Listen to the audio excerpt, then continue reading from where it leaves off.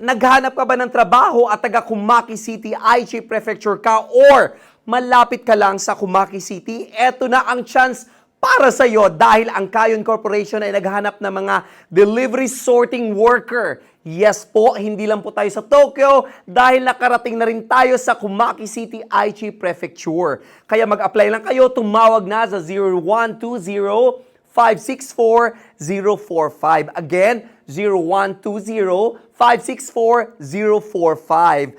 Ang inyong sahod po ay 1,200 yen, kasama na po dyan ang transportation allowance.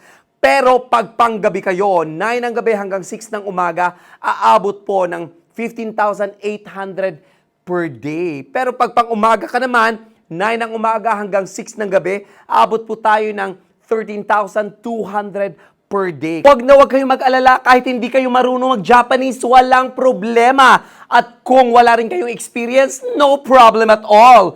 At kung may edad ka na, walang problema dahil no age limit po tayo dito. Kaya perfect na perfecto para sa iyo.